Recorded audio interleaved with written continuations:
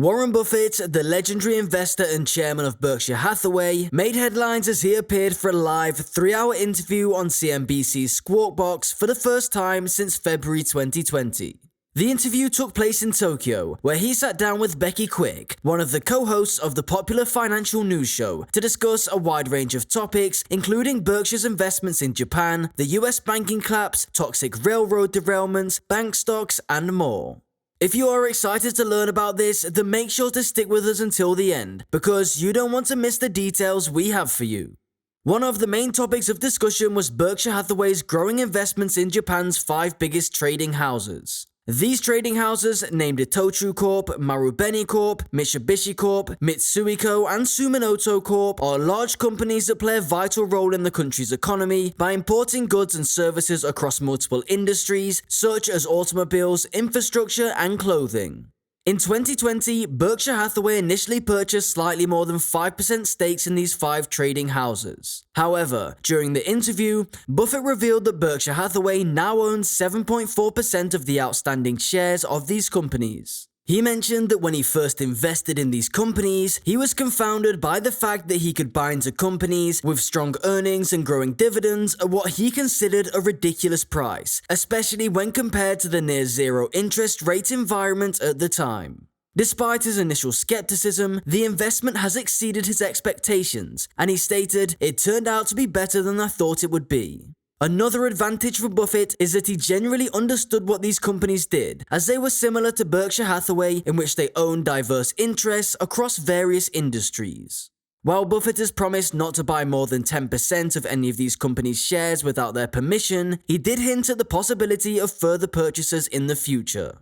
During the interview, the legendary investor also warned about the possibility of more bank failures on the horizon. He reassured that while the banking industry is not completely immune to failures, depositors should not be worried as the system is designed to protect their deposits. Buffett said, "We're not over bank failures, but depositors haven't had a crisis." He added that banks can go bust, but depositors will not be hurt. Buffett's comments come after the recent collapse of Silicon Valley Bank and Signature Bank, which prompted regulators to step in and provide additional funding facilities for troubled banks.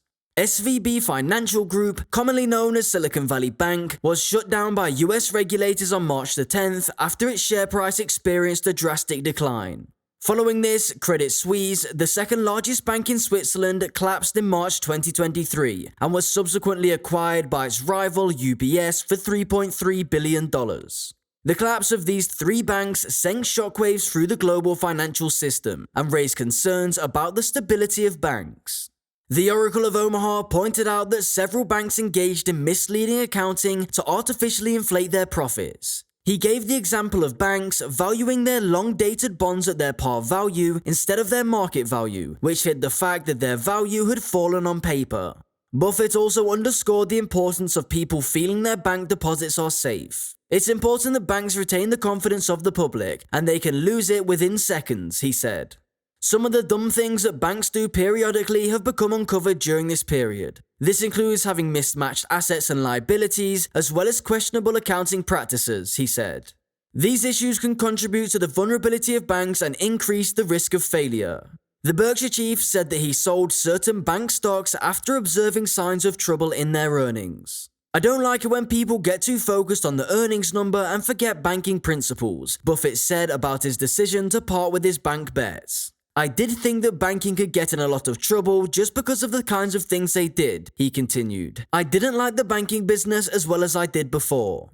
Buffett also addressed his decision to sell his shares in Wells Fargo. The 92-year-old billionaire invested in the scandal-hit Wall Street Titan in 1989 and had considered it as a cornerstone of his stock portfolio for many years. However, he sold the last of his shares in the first quarter of 2022.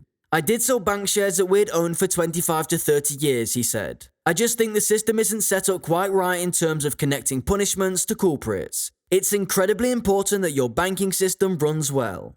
Over the past few years, Berkshire Hathaway has reduced or completely sold off its holdings in various bank stocks, including JP Morgan, Goldman Sachs, Wells Fargo, and PNC Financial. It has also slashed its BNY Mellon stake by 69% and its US Bancorp stake by 95%.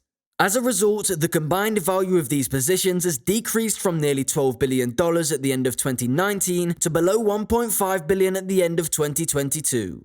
At the same time, Berkshire has built new positions in Citigroup, Ali Financial, Jefferies, and Nubank, and increased its stake in Bank of America by over 9%.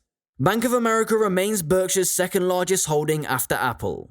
Buffett has cited various reasons for maintaining his investment in the Bank of America, including getting a favorable deal when he first invested in 2011, his admiration for CEO Brian Moynihan, and a general reluctance to sell. However, despite these purchases, the overall value of the bank stocks has shrunk by 49% over the past 3 years, from $75 billion to $39 billion. Berkshire's quarterly disclosures show that the total value of its banking, insurance, and financial stocks decreased from $102 billion at the end of 2019 to $70 billion at the end of 2022. Moreover, these stocks now make up less than a quarter of Berkshire's entire equity portfolio, compared to 41% at the end of 2019. The decline in value of Berkshire's banking holdings can be attributed to falling share prices as well as the company's disposals. The 92-year-old investor said that some bankers will continue this behavior and that it will put the shareholders in some of the stocks at risk. Bankers have been tempted to do that forever, Buffett said. Accounting procedures have driven some bankers to do some things that have helped their current earnings a little bit and caused the reoccurring temptation to get a little bit bigger spread on record, a little more than earnings. Despite these concerns, Buffett reassured depositors that they should not be overly worried, as the system is set up to protect the entire nation's deposits. He is even willing to bet $1 million of his own money that no American depositor will lose money from a bank failure over a 1-year period. The cost of the FDIC are borne by the banks. Banks have never cost the federal government a dime. The government doesn't understand that, said Buffett. Nobody is going to lose money on a deposit in a US bank. It's not going to happen. You don't need to turn a dumb decision by managers into panicking the whole citizenry of the United States about something they don't need to be panicked about. One common objection to having the government explicitly guarantee all deposits is that it will encourage bank managers to take excessive risks. Warren Buffett has an answer to that moral hazard problem. Buffett argues that any CEO of a bank that screws up and costs shareholders a lot of money should get no pension from the bank. They don't deserve anything special.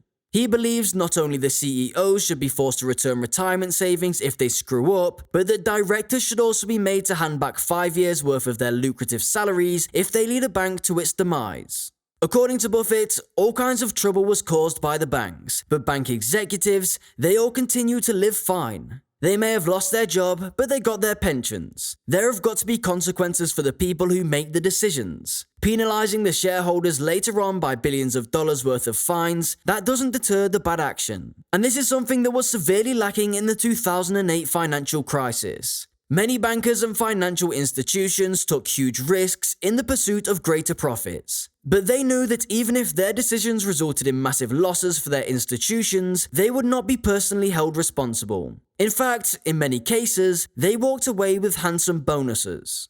With that, we've reached the end of the video. We hope this video was informative. Do let us know your thoughts in the comments section below. If you've liked this video, do give it a thumbs up. And don't forget to smash that subscribe button and turn on the notification bell for more exciting content. We'll see you in the next video.